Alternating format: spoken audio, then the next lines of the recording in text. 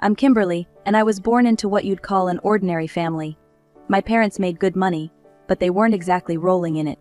I had an older brother, 5 years my senior, and let me tell you, he was the golden child. Our parents sent my brother to some fancy private school with all the bells and whistles. Meanwhile, I was shuffled off to the local public school. Don't get me wrong, it wasn't terrible, but the difference was night and day. I remember this one time when I was about 8. I'd just finished watching a music video of this amazing singer, and I was so inspired. I ran to my mom, all excited, and said, "Mom, can I take singing lessons, please?" She just looked at me like I'd grown a second head. Singing lessons? Kimberly, don't be ridiculous. That's just a silly hobby. You need to focus on getting a real job when you grow up. My dad chimed in, "Your brother's the smart one in the family. You'll need to work with your hands, sweetie. No use wasting money on singing lessons." So I started looking up vocal lessons online. I'd practice in my room, trying to keep it down so my parents wouldn't complain. "Kimberly, stop that racket" became a common phrase in our house. Things might have stayed that way if it wasn't for my Aunt Sarah. She was my mom's sister, didn't have any kids of her own. She was a dentist, made good money, and for some reason she seemed to actually like hanging out with me. One day, she caught me singing in my room. I was so embarrassed, but she just smiled.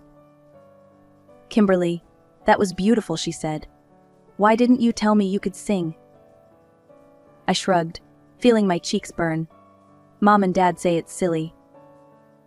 Aunt Sarah's face did this weird thing like she was trying not to frown. "Well, I think it's wonderful. How about we get you some proper lessons?" From that day on, everything changed. Aunt Sarah became my secret weapon. She bought me a synthesizer, and we'd spend hours learning songs together. It was like having a whole new world open up to me. When my parents found out about the lessons, they weren't thrilled. Mom even had the nerve to tell Aunt Sarah, "You should be giving that money to our son instead." But Aunt Sarah? She just smiled that calm smile of hers and said, "I think Kimberly has a real talent. I'm happy to nurture it." That was the first time anyone had ever stood up for me like that.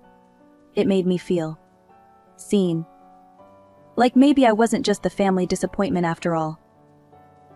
While I was scraping by with my singing lessons, my brother was living the high life. One day he came home all excited about hockey. "Mom, Dad, I want to play hockey," he announced at dinner. I nearly choked on my peas. Last month it was tennis. The month before that, American football. And don't even get me started on his brief rugby phase. But did our parents hesitate? Nope. Dad just nodded and said, "Sure, son, we'll sign you up tomorrow." To no one's surprise, hockey didn't stick either. Neither did any of the other sports. My brother bounced from one activity to another like a pinball, never really excelling at anything. Then came the esports phase. Oh boy. "I need a gaming computer," he announced one day. "Top of the line. And I need my own room for training and competitions." I waited for my parents to finally put their foot down. But nope. They just nodded along like bobbleheads. "Of course, honey," Mom cooed. "We'll set everything up for you."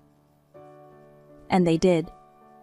They converted the guest room into his personal gaming paradise. The computer they bought him cost more than my entire wardrobe. Meanwhile, I was still sharing a room with my cousin's hand-me-down synthesizer. The worst part was the wall of fame in our living room. It was this massive display of all my brother's achievements. I use that term loosely.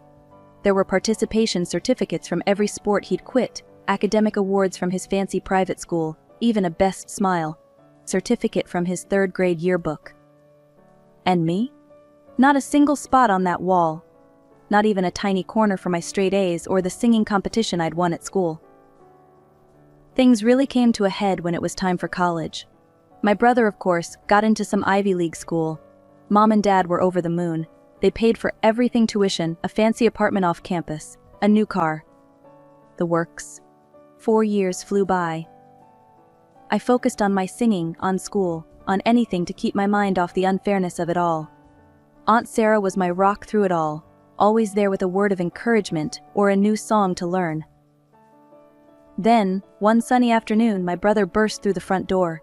He had this girl with him, all giggly and hanging off his arm. "Mom," Daddy shouted, "I've got news. They came running, of course, always at his beck and call. "This is Melissa," he said, grinning like he'd just won the lottery. "We got married last week. She's moving in with us." I thought Mom was going to faint from happiness. Dad started talking about clearing out more space, maybe converting the attic. As everyone fussed over the happy couple, I slipped away to my room. I had a bad feeling about what was coming next, and boy was I right.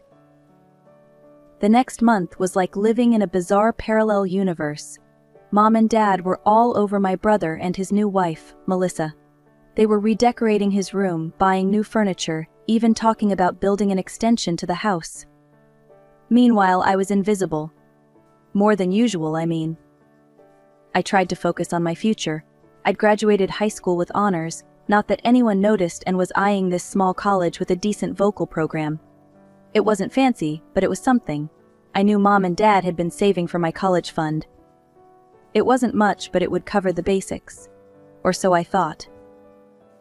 One morning, about a month after the happy couple moved in, Mom and Dad called me into the living room. I should have known something was up when I saw their faces. "Kimberly," Dad started, his voice oddly formal. "We need to talk about your future. We've decided to use your college fund to cover your living expenses for the past 18 years. I blinked, sure I'd heard wrong. "What?" "You're an adult now," Dad continued, not meeting my eyes. "It's time you started paying your own way." The room started to spin.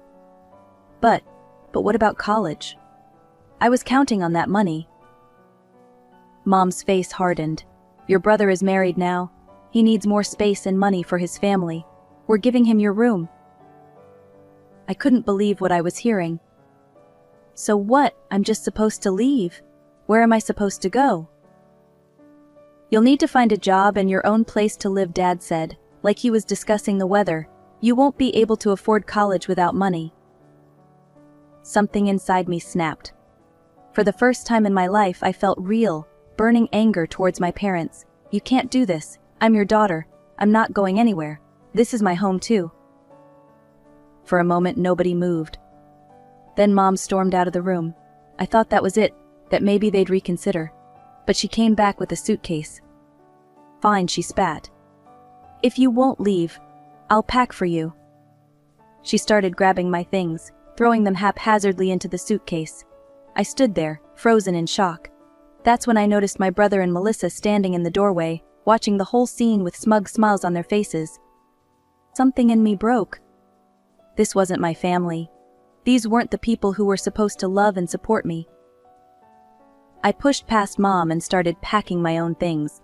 I grabbed my clothes, my few pieces of jewelry, and most importantly, the music books and recordings Aunt Sarah had given me over the years. Nobody said a word as I packed. Nobody tried to stop me. And when I walked out the front door, dragging my suitcase behind me, nobody called me back. I found myself on Aunt Sarah's doorstep, my whole life packed into one measly suitcase. When she opened the door and saw my tear-stained face, she didn't ask questions. She just pulled me into a hug and said, "Oh, Kimberly, come in, sweetheart." That night, over a cup of hot cocoa, I spilled everything. Aunt Sarah listened, her face growing darker with each word. When I finished, she took my hand and squeezed it tight. "You're staying here," she said firmly, "and tomorrow we're going to figure out your future." I slept better that night than I had in years, knowing I was finally somewhere I was wanted. The next morning, Aunt Sarah dropped a bombshell on me. "I'm paying for your college," she announced over breakfast. "I've been saving for years, hoping to help you chase your dreams. This is what that money is for." We spent the next few weeks researching colleges. Aunt Sarah suggested we look into programs that combined acting and singing. "You've got a gift, Kimberly," she said. "Let's find somewhere that'll help you shine." We finally settled on a performing arts college in a city a few hours away. It had an amazing reputation and offered exactly the kind of training I'd always dreamed of. When it came time for the entrance exams, Aunt Sarah took time off work and drove me there herself. I sang my heart out, poured every ounce of emotion into my performance piece. When I finished, the panel of judges was silent for a moment. Then they broke into applause. A week later, I got the acceptance letter. I was in. I threw myself into my studies. Every class, every rehearsal, every late-night practice session I gave it my all. I signed up for every singing competition I could find, performed in every amateur theater production that would have me. If there was a part in a musical, no matter how small, I was there, auditioning my heart out. Before I knew it, 4 years had flown by. I graduated with honors, my final showcase performance earning a standing ovation. And that's when things really took off. A rep from a big musical theater studio was in the audience that night. He approached me after the show, talking fast about potential and opportunities. Next thing I knew, I was signing a contract with one of the biggest names in the business. Suddenly, I wasn't just performing in college productions or local theaters. I was on real stages, in front of real audiences, playing lead roles in honest-to-God professional musicals. It was terrifying and exhilarating and everything I'd ever wanted. Through it all, Aunt Sarah was my rock. She came to every performance she could, always sitting in the front row, always the first one on her feet for a standing ovation. We'd go for late-night pancakes after each show, and she'd gush about every little detail of my performance. Looking at her beaming face across the table, I realized something. This woman, who had no obligation to me beyond being my mother's sister, had given me more love and support than my own parents ever had. She wasn't just my aunt anymore. She was the mom I'd always wished I had. Life was going great. I had just landed a lead role in a new musical that was generating serious buzz. One afternoon, I dropped by Aunt Sarah's place, bursting with excitement about my plans and prospects. "Aunt Sarah, you won't believe what's happening," I gushed, detailing my upcoming projects and dreams. She listened with that warm smile of hers, but as I was getting ready to leave, she dropped a bombshell. "Kimberly," she said gently, "you've grown into such a wonderful young woman. Don't you think it's time to reconcile with your parents? They're still your family, dear." I wanted to argue, but the hopeful look in her eyes stopped me. After everything she'd done for me, how could I refuse? "Okay," I said reluctantly. "I'll try." The next day, I found myself standing on my parents' doorstep, feeling like a stranger. Mom answered, her eyes widening in surprise. "Kimberly," she said, like she wasn't sure it was really me. "Hi, Mom," I replied, forcing a smile. "Can I come in?" They let me stay, but it was clear I wasn't welcome. The house felt different, colder somehow, and get this, my brother was still living there. Apparently his wife had been kicked out. Mom grumbled something about her playing video games all day and refusing to help around the house or get a job. For days I endured their frosty silence and disapproving looks. I was about ready to call it quits when my brother cornered me in the kitchen. "So," he sneered, "still chasing that silly singing dream? Let me guess, you're a star in some dingy bar now." Something in me snapped. I stood up straight, looked him in the eye and said, "Actually, I'm the lead singer in several successful musicals. And I'm doing quite well for myself, thank you." You should have seen their faces.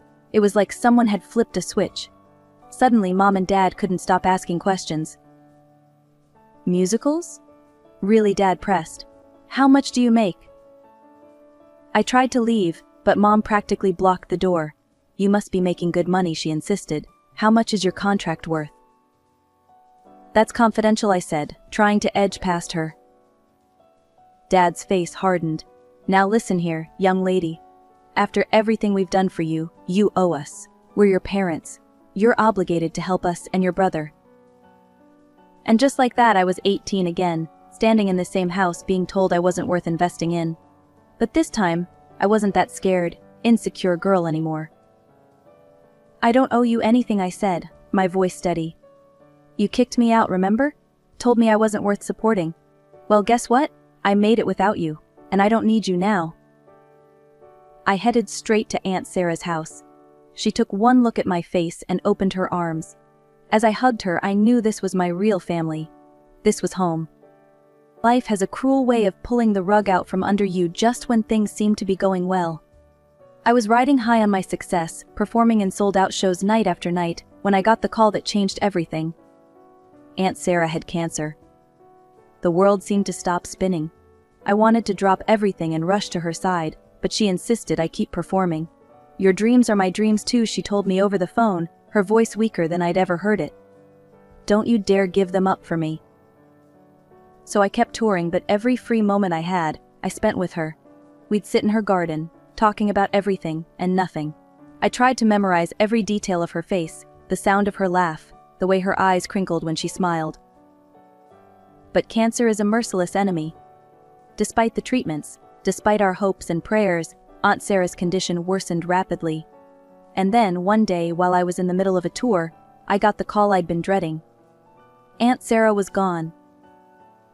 I was lucky, if you can call anything about this situation lucky, that I had a few days break between shows. I caught the first flight home, my heart feeling like it was being squeezed in a vice. As soon as the funeral was over, I had to fly back. The show must go on, as they say. But every performance felt hollow now. I sang the notes, hit the marks, but my heart wasn't in it. How could it be, when it was shattered into a million pieces? When the tour finally ended, I returned home, exhausted and grieving. That's when I got a call from a notary. Apparently Aunt Sarah had left a will, and I needed to come in to discuss it. I went to the notary's office, not really caring about what Aunt Sarah might have left me. Nothing could replace her. But when the notary started reading the will, I couldn't believe my ears.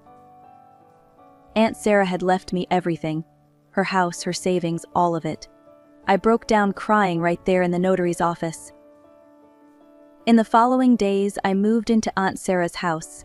I was starting to feel like maybe, just maybe, I could move forward when my past came knocking, literally. One afternoon there was a pounding on the door. I opened it to find my brother standing there, looking disheveled and desperate. "I need money," he blurted out before I could even say hello. "My wife's pregnant, and I left Mom and Dad.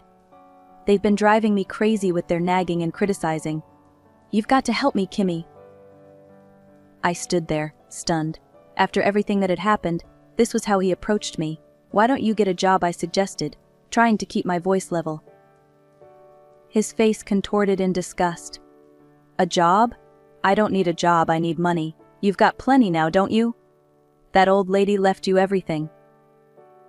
That old lady comment made my blood boil. That old lady was more family to me than you ever were, I spat. "And no, I won't give you money." His eyes narrowed. "You tricked her, didn't you? Manipulated that senile old woman into giving you everything. You're nothing but a thief. I'll take you to court, you'll see." Something in me snapped. All the grief, all the anger I'd been holding in came rushing out. "Get out," I snarled. "Get out of my house right now. You want to take me to court? Go ahead. Try explaining to a judge how the sister you abandoned deserves your handouts. Go on, get out."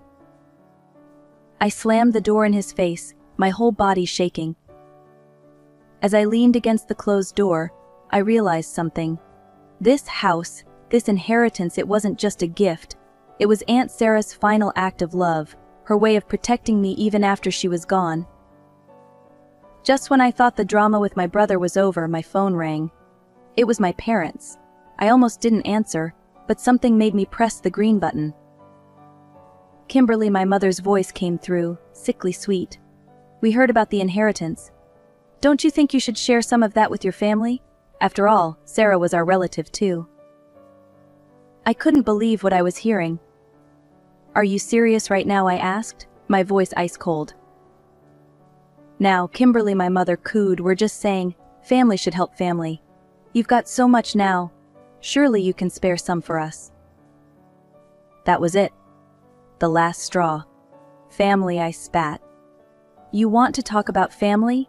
Where was your sense of family when you kicked me out? When you told me I wasn't worth investing in? When you chose my brother over me every single time?" There was silence on the other end. "Let me remind you of something," I continued, my voice shaking with anger. "Aunt Sarah left me everything because she believed in me when you didn't. She supported me when you abandoned me. You don't get to be family now that it's convenient for you." I heard my mother's sharp intake of breath. Then my father's voice, cold and hard. "You ungrateful little rubbish. After everything we've done for you." I hung up. My hands were shaking, but I felt lighter. Like I'd finally said everything I'd been holding in for years. But it wasn't over. Far from it. The next day I started seeing posts on social media. My parents were on a warpath, posting long, teary-eyed statuses about how their daughter had stolen their sister's inheritance. how I was a manipulative thief who couldn't even be bothered to organize a proper funeral for my aunt. It was all lies, of course. The funeral had been beautiful, exactly as Aunt Sarah would have wanted. But the truth didn't matter to them. They were out for blood. Relatives I hadn't spoken to in years were suddenly in my inbox, calling me horrible names. Old acquaintances left nasty comments on my photos. It felt like the whole world was turning against me. Every day brought new threats, new insults. My parents created fake profiles to harass me when I blocked their main accounts. My brother joined in, spinning wild tales about how I'd tricked a senile old woman out of her money. Then I heard through the grapevine that they were planning to sue me. My brother, my parents, they were all looking for lawyers to contest the will. For a moment, panic set in. What if they won? What if they took away this last gift from Aunt Sarah? I hired a lawyer of my own, just in case. But it turned out I didn't need to worry. My lawyer smiled when I told him about the threats of a lawsuit. They don't have a leg to stand on, he assured me. The will is ironclad. Your aunt was of sound mind when she made it, and she was clear about her wishes. They can try to sue, but they'll lose. And they'll lose badly. Hearing that was like a weight lifting off my shoulders. The law was on my side. Aunt Sarah's wishes would be respected. The harassment didn't stop overnight, but knowing I was in the right gave me strength. I started blocking accounts, reporting the worst offenders for harassment. Slowly but surely, the tide of public opinion started to turn. 2 years flew by in a whirlwind of spotlights, standing ovations, and dreams come true. I had become the successful musical actress Aunt Sarah always knew I could be. My face graced billboards, my voice filled theaters, and I even found myself on TV, still pinching myself to make sure it wasn't all a dream. Life was good. Really good. I was touring internationally, singing my heart out on stages I'd only ever imagined. Every performance felt like a tribute to Aunt Sarah, a way to honor her belief in me. Then came the night that changed everything, again. I was back in my home state for a series of shows. It was a sold-out performance, the energy in the theater electric. As I stood center stage, pouring my soul into a heart-wrenching ballad, the entire audience holding their breath, it happened. 2 figures stood up abruptly, unfurling a large, hastily made poster. Even from the stage, I could make out the words, "Kimberly stole our money." My heart stopped. I'd recognize those voices anywhere. My parents. "She's a thief," my father bellowed. "She manipulated her aunt and stole our inheritance." The spell of the performance shattered. Whispers rippled through the audience, growing into a confused murmur. My co-stars froze, unsure what to do. I stood there, spotlight burning into me, feeling like that scared 18-year-old girl all over again. But only for a moment. As security rushed to remove my parents, as the stage manager frantically tried to regain control, something inside me snapped into place. This was my stage, my life, my moment. I stepped forward, my voice cutting through the chaos. "Ladies and gentlemen, I apologize for this interruption. Unfortunately, those people are my estranged parents who have been harassing me for years. But you know what? Their actions can't touch me anymore. Because every time I step on this stage, I'm living my dream, and no one can take that away from me." The theater fell silent. Then, slowly, applause began to build. It grew and grew until it was a roar, drowning out my parents' continued shouts as they were escorted out. We finished the show, and it was one of the best performances of my life.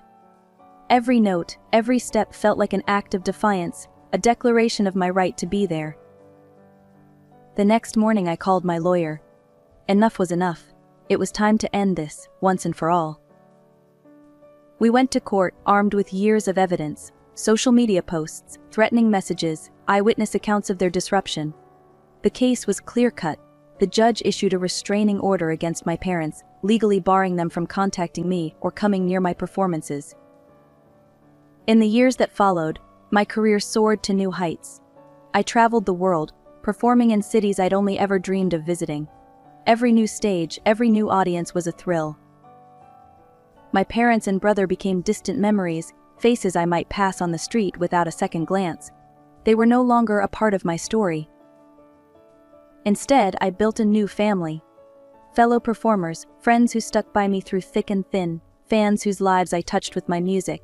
And at the center of it all, the memory of a woman who saw a spark in a young girl and did everything she could to help it blaze into a fire.